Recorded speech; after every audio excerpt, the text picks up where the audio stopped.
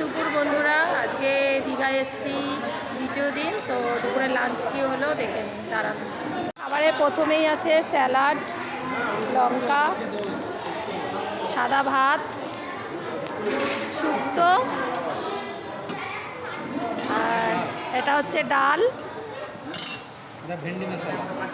ভেন্ডি মশলা, আর এটা কাতলা কালিয়া।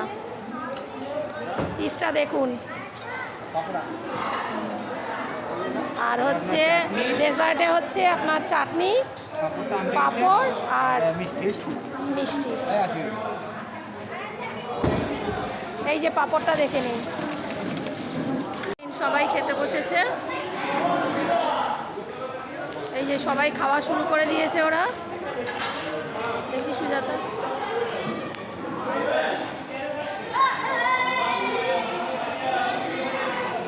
চলুন সবাইকে দেখিয়ে দিলাম, এবার তাহলে আমিও খেয়ে নিই।